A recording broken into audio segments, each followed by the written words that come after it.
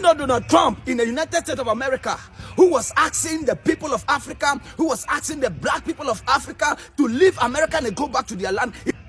Is it not the same Donald Trump who was asking and chasing black people in America to go back to their land and go and develop their land, and find a good leader for themselves? Is it not the same Donald Trump? What is your business with Captain Ibrahim Traore? Now the good leader we have found, that you are asking us to leave your land. Now we go back to our land and we are now finding the good leaders who can develop Africa for us. You want to assassinate him? Let me tell you, Donald Trump, let me tell you, NATO, this generation is a different generation. You can never continually to be assassinating the good leaders of Africa. This generation, we have all the means, we have the media, we have every kind of power we can do to protect our leaders. This is not the time of Gaddafi. This is not the time of Nkrumah. This is not the time of Patrice Lumumba. This is not the time of Stephen Biko, our great leader that you have assassinated and overthrown him. This is not the time. This is a different generation. And we are ever ready to protest. We are ever ready to save our good leaders, because our leaders is for us. They are not for America. They are not for NATO. They are not for France. Captain Ibrahim Traore is for Africa. Captain Ibrahim Traore is for Ivory Coast. Captain Ibrahim Traore is for Burkina Faso, and the time to protect him is now. We are uniting to save our good leader. Captain Ibrahim Traore must live to see his good work. Thank you, youth of Africa. Share the life. What Burkina Faso, Mali, Niger are doing is not rebellion. It's revolution. A new Africa is rising. But why is Nigeria quiet? It's like we don't really deserve that giant of Africa they call us. What are we giant of Africa for? Okay, with the look say, if we talk, they'll remove us for ECOWAS. No! What our leaders don't know is the Westerners fear what they can't control, because they are scared of what we can become as an Africa. Now, the France and the America, they want to join forces together to crush this young man. If we Africa, we stay, we fall down and look these people. That is how they will keep crushing one leader after another. See Burkina Faso now. They know, let this guy complete 3 years for that place. All Africa eye go open, because this man start to open people's eye. This is what we are telling our leaders. Take bold step. We Nigeria, you will stand with you. We don't want the Westerners in our soil anymore. We don't need them. So let us take that bold step. They collect what belongs to us, so that our economy will become economic that we can stand and boast of. How can we be in Nigeria using Naira? Dollar is controlling us. We are a slave to a dollar in this country. Why we not ask ourselves what they happen? Now every Nigerian citizen, they are now beggar in their own father's land. It's only slave that can behave this way. This is a public challenge. If you are awake, don't just watch this. Document it and share it for other youth to see. This is the time for us to use our voice. The silence of the youth in this country give them the power to win, and we will remain a loser. But this time, we will never be quiet. We must collect what belongs to us. We are not cowards, and we will never remain cowards. This is our time to stand for what we want. He also insulted all Africans. I think they forgot to say thank you to us. It's not a big deal. It will come with time. There is a part that caught my attention where he talked about ingratitude. Gratitude, I am well aware, is a non-transmissible disease to humans. He is human. Our ingratitude is not transmissible to him. This is how this gentleman sees Africa, sees Africans. We are not human. In his eyes, I think that if he is not an atheist and he prays, every morning when he wakes up and prays, he should also pray to the Africans. Because it is thanks to our ancestors that there is a France today. He should pray to us. What is happening in Burkina Faso, in Mali, in Niger, is just the beginning of a revolution that is way past due for Africa. Africa must unite, and Burkina Faso has shown us the way. They have opened the doors. They have shown us that the bully can be defeated. President Traore is standing up. He is saying the natural resources in Burkina Faso, they belong to the people of Burkina Faso. Niger is doing the same thing. Mali is doing the same thing. Every leader must look at what's happening in the Sahel nations to say, like anybody else, you must take care of your people. You have your natural resources. You have everything you need to take care of your people? Why do you continue to be beggars? Look at what is being brought in by not only USAID, but all the NGOs in your country. It's... And they'll push every propaganda, every type of video against that guy. I just pity the guy, yo. I just pity the guy. I pity that guy, to be very honest, because we see that they plan to do that guy. That's why we need to do every campaign as possible to make sure Ibrahim Traore does not leave power. Because the likes of Ibrahim Traore and Adefi connect Africa, the dots together. Do you understand? If you notice, Nigerian politicians, they don't even talk about that side. They don't talk towards that side because more people like Ibrahim Traore go make them know the thief again. People like Ibrahim Traore will look them to their face. If you look somewhere like Tinubu, tell them say, why for your regime they're the thief? Why? All the money will be steal. Imagine using 10 billion to come do solar. 10 billion. 10 billion to come do solar. That 10 billion will bring the Chinese company that do solar to this country. The Chinese company one that they buy that solar from. It will bring them to Nigeria. They will have an assembling plant here in Nigeria. They will show the people how to do that solar. And we can be buying solar very cheap. But of course, this government, they are so daft. The other time I thought say the people that are there around the president, a lot of them get cockroach, they get cobwebs on their brain. Captain Ibrahim Traore, President of Burkina Faso, I also call him President of Africa, wipes out all school fees. It means say from primary school, from kindergarten till you graduate, it's free. Whereas in Nigeria and some other part of the African countries, many elders, many politicians, most of all the people controlling the land, including the president, most of them, they receive free education during their time. While growing up, they receive free education in this Africa. But look at them, they are sitting there, scattering the whole thing. They are even making life difficult for people to go to school. In fact, you don't even have food to eat, not to talk of going to school. Look at it. People that receive free education during their time, they are now old leaders that refuse to leave the seat, now making life difficult for young people to go to school. Just imagine. Big shout out to Captain Ibrahim Traore. Africa will forever remember you for good. Greatness, greatness, greatness. We love you. We deal with you. We support you. Big shout out to you.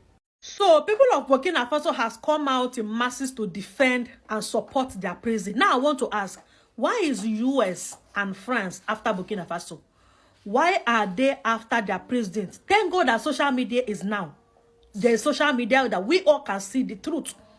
Do you guys know that during Gaddafi, they lied to us? They lied to their people. That Gaddafi, they choke human hearts. They bring with all sorts of propaganda and lies that even his own people was against him. Now there's social media that we all can see the truth. They say Africans are poor. Africa are poor.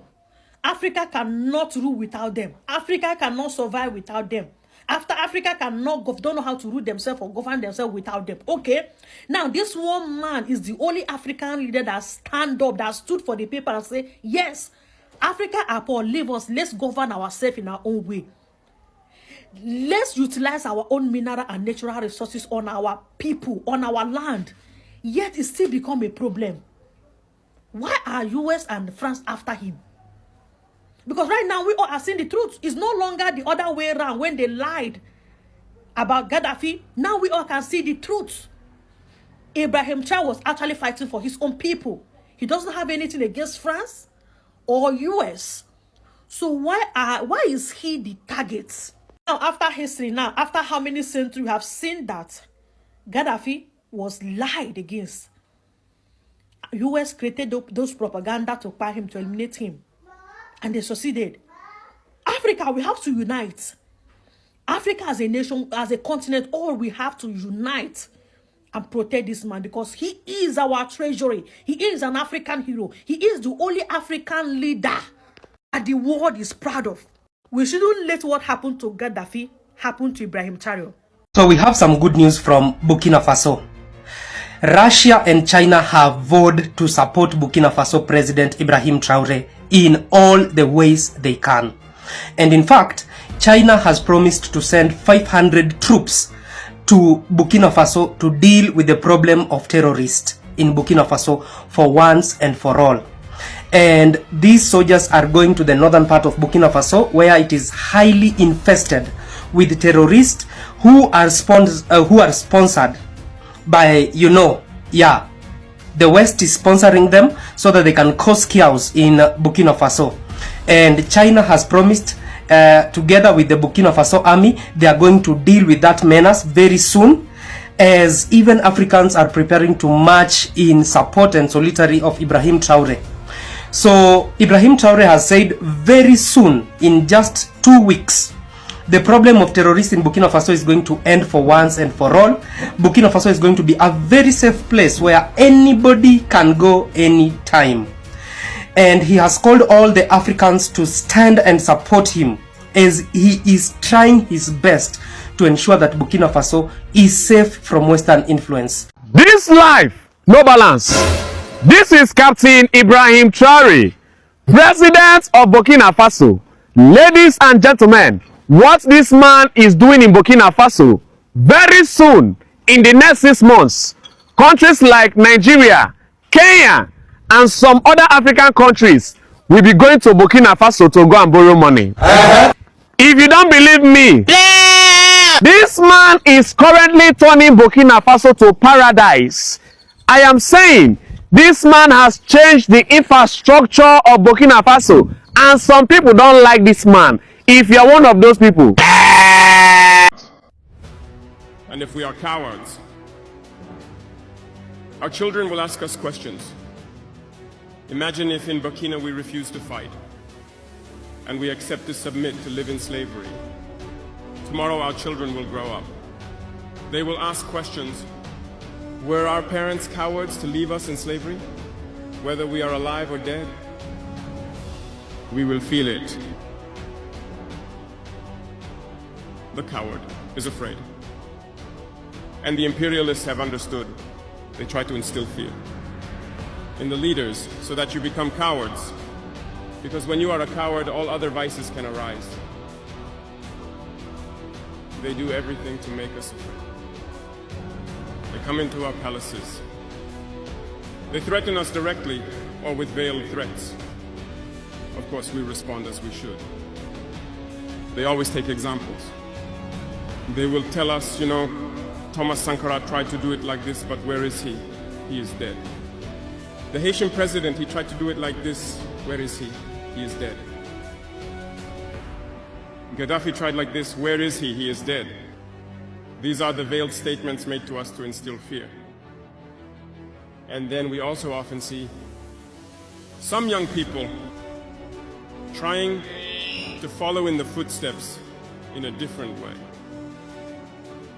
You can hear them say, such a person ruled like this, he has the sepulchre. Such a person ruled like this, he is in prison. All this to try to scare us, to make us cowards. I think they haven't understood something. When we say the homeland or death, we shall overcome, it's not just a phrase, it has its full meaning. We are not afraid and we will never be afraid. We will continue our struggle.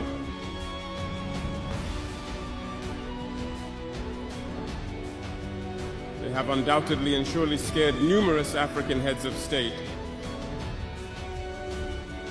You often see when we speak or when we have the opportunity to be in certain situations abroad, we often make statements to call on African heads of state to wake up, take care of our youth, to be able to initiate our real development. We are often misunderstood. Some have responded publicly to our statements because they feel targeted. But I can assure you, youth, that when we find ourselves in their corridors, these same heads of state tell us, you are on the right track. This is what needs to be done for Africa to feel empowered. So, we ask them questions about why you don't do as we do, why you don't support us. Some tell us they are entangled, some tell us they cannot. Dear elders, African heads of state, from this platform, I would like to say that African people are the most peaceful people. When you recognize the wrong, you must tell the people. Let us not be afraid tomorrow to go out and tell the people. We apologize. We have been compromised. We have ill-gotten gains. We have been constrained by many things, and we ask for forgiveness and return to the right path. And to start truly working for the independence of our states and our emancipation. And I believe it is possible. If we remain in this posture of fear, we will be cowards, and history will judge us. Our children will ask questions, our grandchildren will ask questions. We are writing history. There is no room for cowardice. If our ancestors had been cowards, we would not be here.